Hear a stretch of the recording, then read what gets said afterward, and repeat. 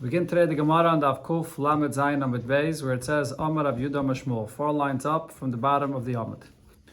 Amar Rav Yehuda Mashmul, HaKaisiv Nechasav La'acher, a person that's a regular person, a healthy person, he writes that he's giving away his properties to someone as a gift. V'amar Allah, this person that receives this document, this gift, he says, Yef Shiben, I'm not interested in this gift.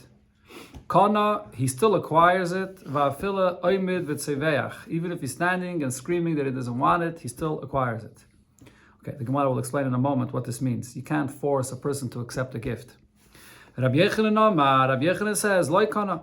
If he refuses to take it, he will not acquire it. Oh, Bava Basra, so Bava Basra says about this, V'loi pligi. They're not arguing b'chlal. Kan, in a case where he said that Rabbi Yechanan said he's not kaina b'tzeveich meikara. That's because right when he got the gift, he protested right away. He was screaming he doesn't want it. You can't force a person to take a gift. The Rashbamir says that accepting a gift could be considered for a person a chayv, because it says seina matanas yichya. So if he refuses to accept it, so then it's not going to be a gift of his. The Rashbam then adds another interesting point. So what's going to happen to this gift? It doesn't go back to the giver, because he already gave it up. He was mafkir it. So this gift is going to be hefker. It's open, it's hefker.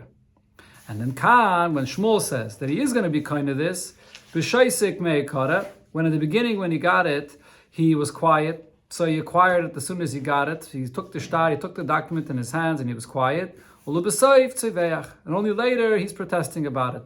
And he says, I don't want it. Once he was quiet in the beginning, he's zeiche this. And if you zeiche, just to say, I don't want it, you can't give it up that way. At this point, if you want to give it up, you're going to have to properly be mafkir it, or give it as a gift to someone else. Usually the Gemara, when it does what it does now, what it just did, say that's not that argument, because something came, there's a brisa or something somewhere else. But saying, like, please, correct. What's the problem? Because as I explained right in the beginning, the opinion of Shmuel is very hard to understand. Why would Shmuel say that if a person protests a gift that he's zeicher against his will? So therefore the Gemara explains that in a case where he's protesting right from the beginning, nobody would argue that he's not zeicher. Not like pligi. Like pligi, yeah, because like pligi, it's a different case. Exactly. That's why like pligi. It's a different case. Rav Nachman by Yitzchak. Rav Nachman by Yitzchak says, Zikaloi al yedei acher. A person that's giving someone a gift, but he's not giving it directly to that person that he's giving it to. He gives it to someone else to be zeiche for the person he wants to give it to. So, for example, he gives it to Reuven to be zeiche. You be kind of this for Shimon. Now, v'shasak ol b'sayv tzavach. The recipient of the gift is quiet, and only later he protests about this. Meaning, when the person that was zeiche for him, when Reuven was zeiche for him, he was quiet about it. But then, when it was actually given to him, to Shimon, then he protests about this. Reuven or Shimon? Shimon, the recipient, the one that was really intended for. Then he protests about this. So what's the halacha here? Is it too late for him to protest or not? Says the Gemara, Banon machlekes Rav Shimon Gamliel v'Rabbanon. This will be a machlekes between Rav Shimon Gamliel and Rabbanon, whether in such a case his protesting is too late or not. The Tanya, because it's a brayser where we learned, it says as follows. HaKaisiv nechasav lacher. A person writes that he's giving away his property to someone. And now amongst those things, those possessions and properties, v'hoye ben avodim. There was also slaves, avodim kananim that is. And the avama Allah, and the recipient says, Yef shiben. I'm not interested in having the avad kanani. If he doesn't need the slave, it's going to be a burden on him, he has to feed them, he doesn't want.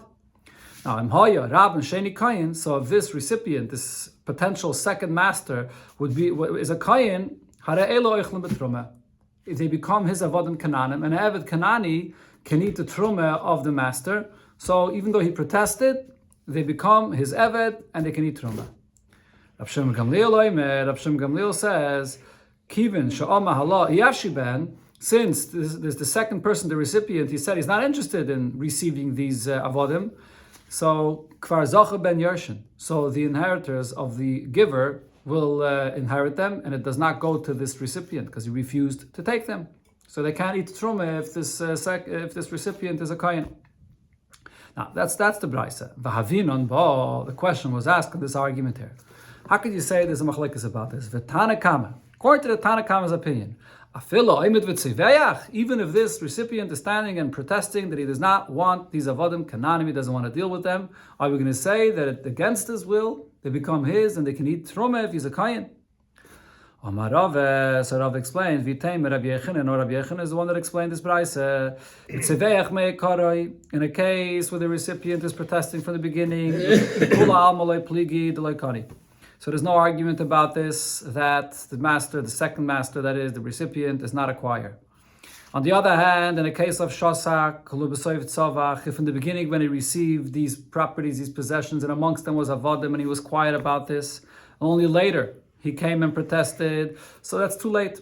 Like we said before, nobody argues about this. The kula amalei pligi the kani. Nobody will disagree that he was quiet in the beginning, so he's zeiche in the avodim kananim, so if he's a kayin, they will eat truma. When's the argument? Ki pligi shezikeloi ayidei acher. When he was mezakeh, the one that's giving, gave it to this person, not directly, but through someone else that's acquiring it for him, for the sake of this recipient. And now the case is v'shosak ulu b'soiv tzavach. When that person acquired it for your sake, you were quiet about it. But then when it was actually given to you, to the recipient, then he protested about this. So here's the machlokes. The Tanakama says, since you see that this person is giving a gift and someone is acquiring it for your sake, and you're quiet about this, kanenu. So you acquire it at that point, so it's yours, you get it, you acquire it.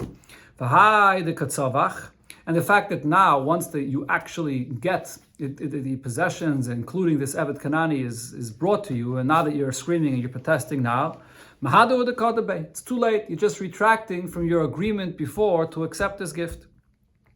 But Rav Shimon Gamliel says, no, it doesn't work that way.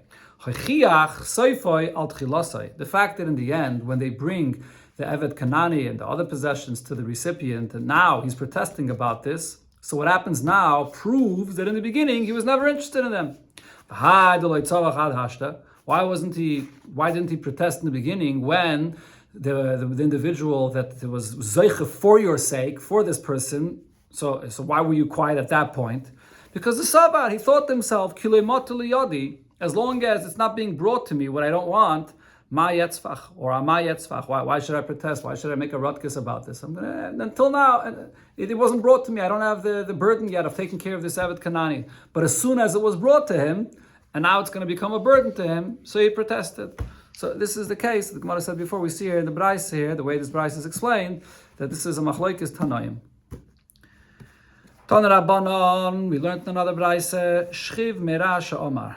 The person that's dying, and he says, Tnu Masayim Zuz L'Plaini, give 200 zuz to this individual, Shloish Meyes L'Plaini, give 300 to another individual, and Va'arba Meyes L'Plaini, and give 400 zuz to a third individual.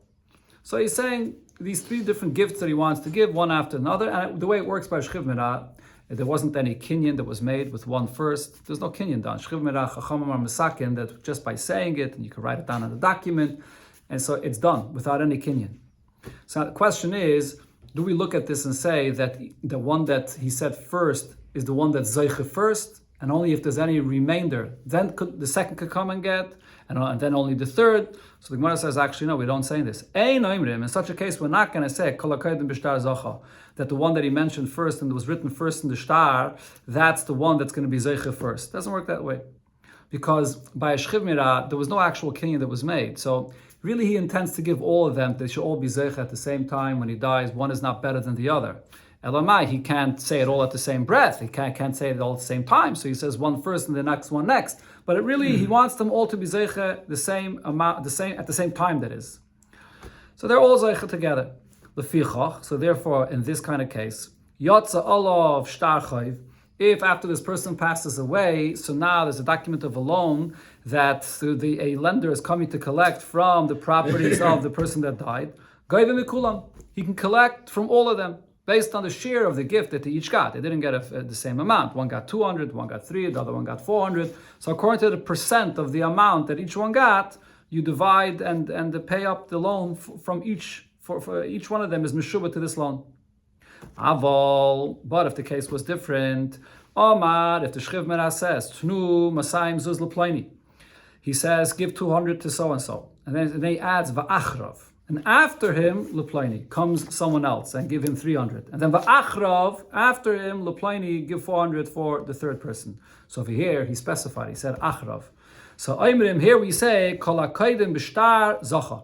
Whoever he mentioned first and was written first in this shtar, that he wants to give him 200, and afterwards someone else, the one that comes first, he's zeicha first. And only if there's leftover will the second one get. And if there's leftover, the third one will get. As he clarified, achrav. So therefore, yotza olav shtar chayv geive min ha'achraim.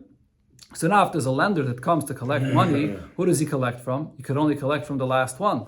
Because the halacha always is, anytime you come to collect, that you always collect from the properties that are still here and were not given away yet. If you come to collect from a loive, you don't go to the buyers or to the properties that were already taken away. You first go to the bnei chayrin, to the properties that are still here. So therefore, you go to the last one that got last. So you always can collect from there, because the other ones before say we left you to collect from there. So you go to the last one. If for the amount that's owed in the loan is not enough to collect from the last, then go mishalafanav. Then you go to the previous recipient. Then if it's still not enough, then go mishalifnefanav. Then you go to the first one. But over here, the point is, based on what he said, he clarified achrav, that it should be in a specific order. Okay, the Rashbami points out that this is all relevant regarding the shchiv mirah, because as I mentioned, there's no kinyan by a shchiv mirah, so therefore it will depend exactly how we worded this. But usually by a kinyan, by a body, by a healthy person, this whole thing is irrelevant because you make a kinyan. So when you make a kinyan for one person first and the second person second, it's clear that you follow the order of the way the kinyan was made. Tana Rabbanon, we learned another brayse, shchiv mirah she'omar, a dying person says, Tnu masayim zuz l'ploini b'ni b'choir, give 200 zuz to my son, which is a b'choir, karoi loy, which is deserving to him. So he added these words, karoi loy, deserving for him. So now, noitlan, he gets this gift that his father is giving him 200 zuz, and b'noitel es b'choirase, and besides that, he gets his yerusha, which is the double portion that a b'choir gets. Meaning we understand the words of the father to mean that he wants to give his son, the b'choir, an extra gift, in addition to the double portion of a b'chai. However, if the shchiv mirah's language was different, he said, give him 200 zuz b'chai rasai, for his b'chaira. He didn't add the words karoi loy, which is deserving for him. Then we say that yodai alal yaina, this b'chai will have the upper hand. He's not going to now get both. He's not going to get 200 zuz plus his double portion of the b'chaira. But he's going to get one or the other, and he has the upper hand. It's his choice. Ratza Naitlan, if he wants, he takes the 200 zuz, but or if not, Ratza Naital B'charase. If he wants, he takes the B'chaira and he does not get the 200 zuz. Depends what's going to be more. He has the upper hand, but he doesn't. The father did not meant to say that he should get an additional 200 zuz besides the B'chaira. A similar case. So why don't you the word B'charase? He says so that is the diak, yeah. Bib chayrasei. He said it means whatever, because you're a b'chayr. B'chayr gets a certain amount. Oh, and so that's it. So you have to be like that too. No, so but he said two. He says he's giving him 200 zuz bib chayrasei. Why does it? If he's just getting his b'chayra and that's it, why does he have to say anything? There's no reason to say anything. He's just going to get his double portion. The fact that the father is saying something is he's giving him the option that if 200 zuz is more, then he has that option to take the 200 zuz instead. Another case similar, shchiv mirah she'amar tnu masayim zuz l'pleinis ishti. Give 200 zuz to my wife, and he adds karoi la, which is deserving to her. So then, leitlasan, she takes those 200 zuz, v'netelas es ksubasa, and besides the 200 zuz, she also collects the amount owed to her for a ksuba. However, if the husband just says big subasa, give her 200 zuz for her ksuba, he didn't add those words karoi la. So then yada al yaina. So over here, she has the upper hand. Ratza neitlasan. If she wants, she can take the 200 zuz. And ratza neiteles ksubasa. Or if she wants, she takes her ksuba. Over here, he's not giving her an extra 200 zuz besides the ksuba. Over here, it's up to her. She could be meichel the ksuba, or she takes these 200 zuz, or she takes the ksuba, which it's up to her. But she, yeah, and a chanami, true. Unless it's more, there's taste of ksuba. Yeah. A third case the Gemara says, similar to this, Shchiv Mera, in a case where a person is dying, Sha'ama Tnu Masayim Zuz L'Pleni Balchayvi, give 200 zuz to this person that I owe money to, Karoi Loi, and it's deserving to him. So again, he added those words, Karoi Loi. Then I say, Noitlan. So this is a gift. This is a gift. He's giving him 200 zuz, besides the loan that he owes him. And then Noitlas Chayva, he also gets paid the full amount of the loan that's owed him. But V'im Amar B'Chayvai, if he says, give him the 200 zuz for his chayv, then Noitlan B'Chayvai, then he takes these 200 zuz as a payment for his chayv. Meaning, let's say the chayv was less than 200 zuz, so he's going to get 200 zuz, which is going to be more than the payment of the chayv, but that's going to be the payment of the chayv, not more. If the chayv is more than 200 zuz, so then this is going to be towards the payment of the chayv. And then whatever remainder is going to get more for the payment of the loan, but he's not going to get any more than the chayv. Huh? That's why I'm saying this, so that he doesn't take more than what the chayv is. He doesn't end up. In the first case. No, it's a gift. If it's a gift, so then it's a separate thing. Then he said karoi loy, he gets the payment of the loan, and he gets a gift. They have nothing to do with each other. Was less. In the second case, if the wave was less, and now he's giving right. Yeah. So he's getting. Yeah, but so it's also considered to be a gift l'chayra. Yeah. He has a choice of either getting a gift or getting the chayv paid up. Either one. Right, so he has to be meichel the chayv, and then he's only getting a gift. Right. So then it's not a payment for the chayv, so that's not ribbis, right? That's the way around. That's the way around ribbis. Yeah, it's a gift. That is a gift. Yeah, it's okay. Nechanami. Yeah. Okay, so now the Gemara asks on this, and the Gemara puts the question here on the last case. In fact, the Gemara. The whole thing here is based on the fact that when you say the words karoi loi, deserving to him, so that means that it's a separate gift. Maybe when you add those words karoi loi, maybe it means what's coming to him because of the loan, not an additional gift besides the loan that's owed to him. Now, some Rishonim say that this question of the Gemara, even though it puts it on the last case, but it's really a question on all three cases. But other Rishonim say that in the previous two cases, because it's talking about a son or about a wife, there the Gemara understands that the expression of karoi loi would mean an additional gift because these are people that are very close to the one that's giving it. It's his son, it's his wife. But by a person that you owe money to, there the Gemara is wondering, could you really say that karoi loi is enough to show that he wants to give an additional gift? So the Gemara says, Amar Rav Nachman, Omar li Hunne, Rav Hunne explained this to me, and he said, Ha mani Rabbi Kivihi. What it says here in this brayse is following the opinion of Rabbi Kiva. The Dayik Lishna Yisera. Rabbi Kiva says we have to be medayik in the language that a person uses regarding a sale, as we'll see, and over here also by a shchiv mira, and therefore the extra words karoi loi is showing that he means to give it as a gift. Where do we see this? This is what we learned earlier in this Masechta here. The Mishnah there says, this is the Berik of Amaycheres Abayis. When a person sells a house, and he just says he's selling the house stam, and it's not clear what's included in the house. So the Mishnah there said, V'layas abay v'layas adus, a pit or a cistern is not included in the sale. And that's Ava Bishakasav le Kiveruma. Even if the seller included and wrote in the shtar, I'm selling you the depth and the height, that only means that he would sell them maybe a basement or the ground below and the airspace above, but it doesn't include the pit. And furthermore, v'tzarech likach lo'derech. Divri Rabbi Kiva. Rabbi Kiva says the seller, since he's keeping the pit for himself, and now the buyer owns the house, and his pit is inside the buyer's house. But Rabbi Kiva's opinion is, kol ha'moicher ba'ayin yafa moicher. What you sold is sold with a generous eye, and therefore you sold it to him completely. You only are keeping the pit for yourself.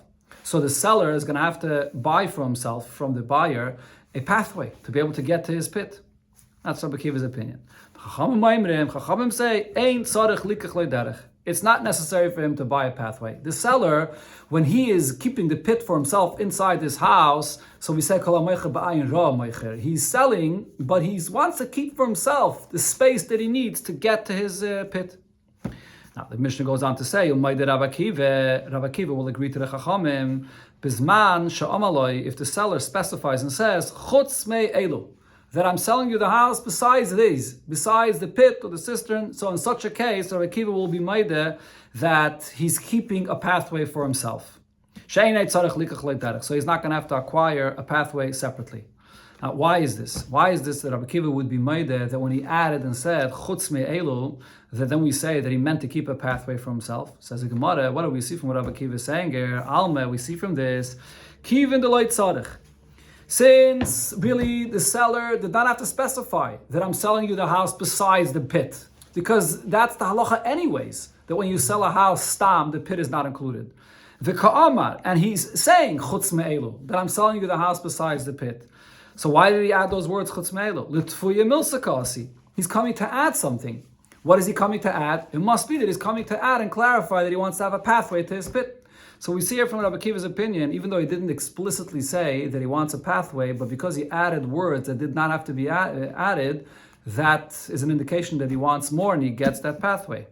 So Hachanami, just like Rabbi Akiva says it in that case regarding a seller, here similar we say regarding the Shchiv Mirah, Kivin deloit tzarech, since he did not have to say these words, karoi loy.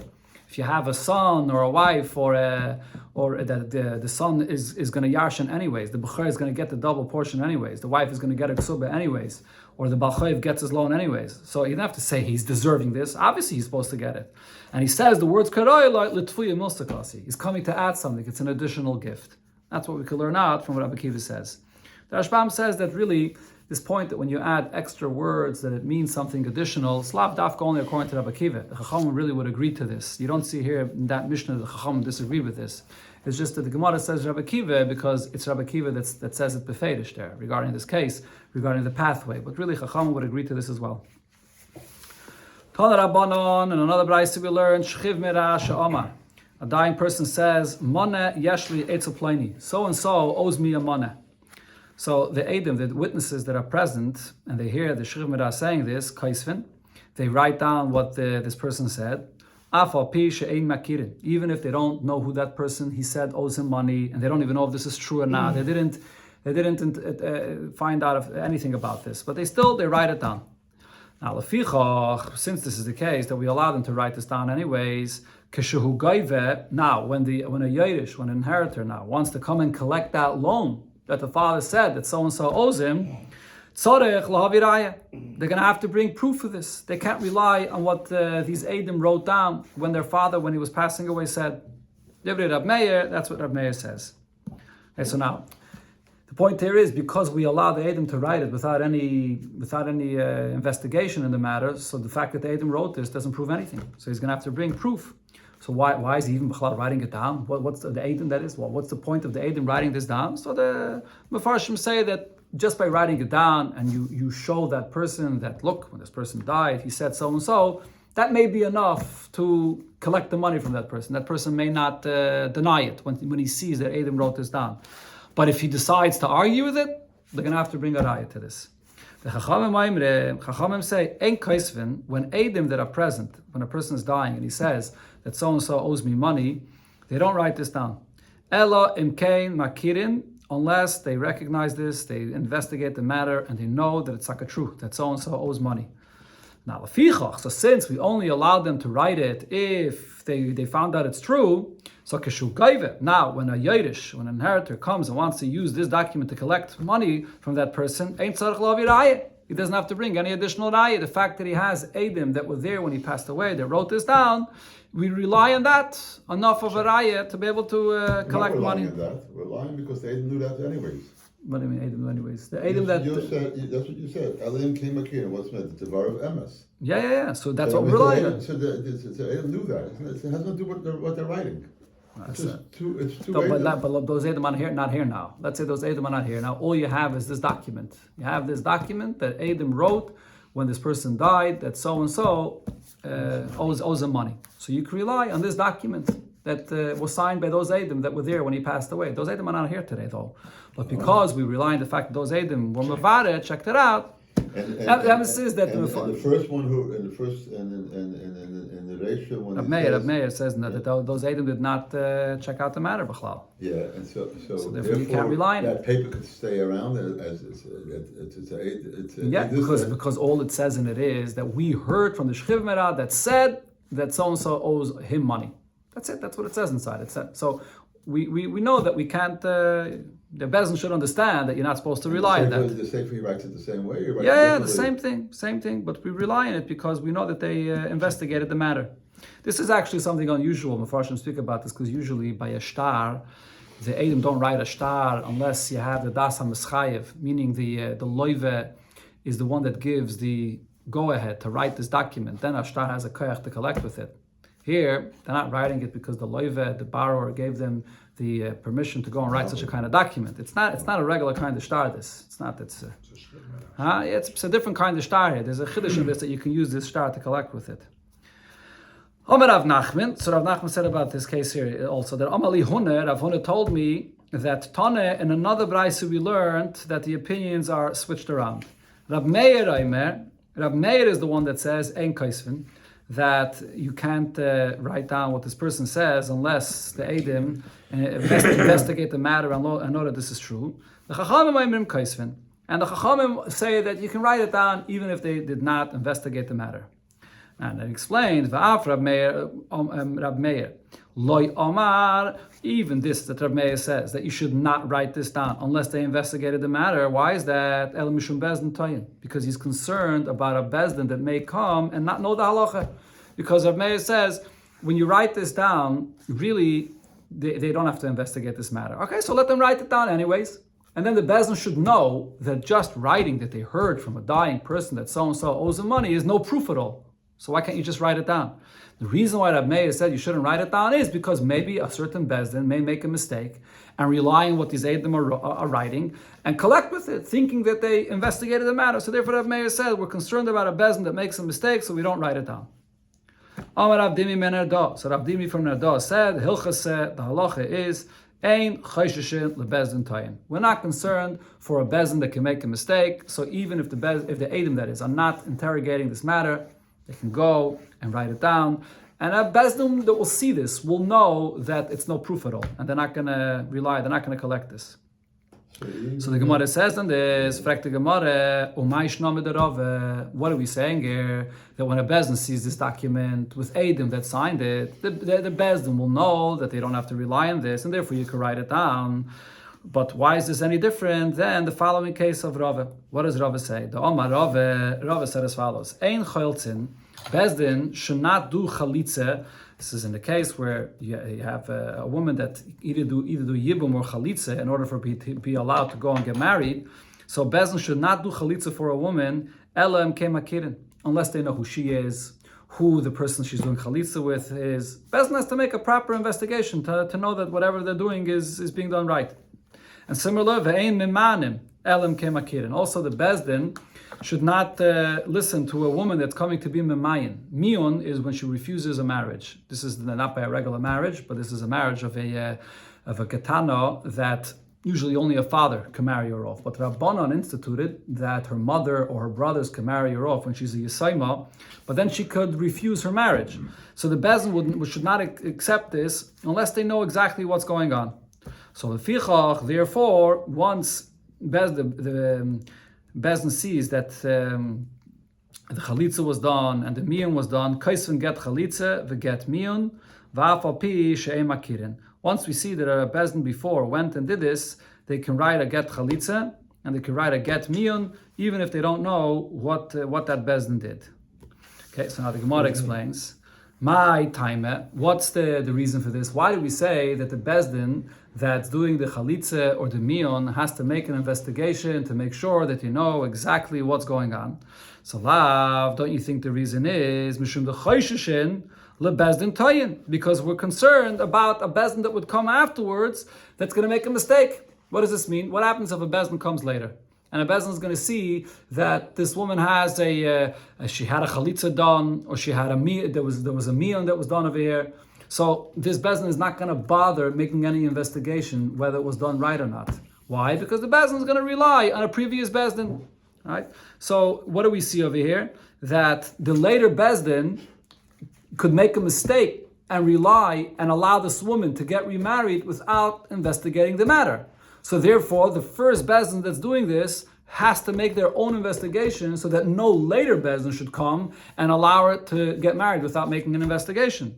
So basically we see that Rava is choishish that a second Bezdin would make a mistake, would not make a proper investigation before they allow her to get married. That's why we require the first Bezdin that's actually administering the Chalitza or the Miyun to be very careful with what they're doing. So the Gemara says over here, when Rav is choishish to this, that the second Bezdin will make such a mistake, the reason is Bezdin, or Beidina, that is, Basa Beidina Loidaike. When you have a second Bezdin that sees that there was a previous Bezdin that took care, was involved with the Chalitza, with the Miyun, yet over here we're talking choishish that the second Bezdin is not going to bother looking into the matter to see if it was done right before they're allowed to go and get married. Because they say to themselves, who took care of this Chalitza? It was another Bezdin. The other Bezdin is just as good as us. So therefore, they probably did it right. So in such a case, we say the first Bezdin, the Bezdin that's doing the Chalitza and Miyun, better do their own investigation, because the next Bezdin is not going to make any investigation into this.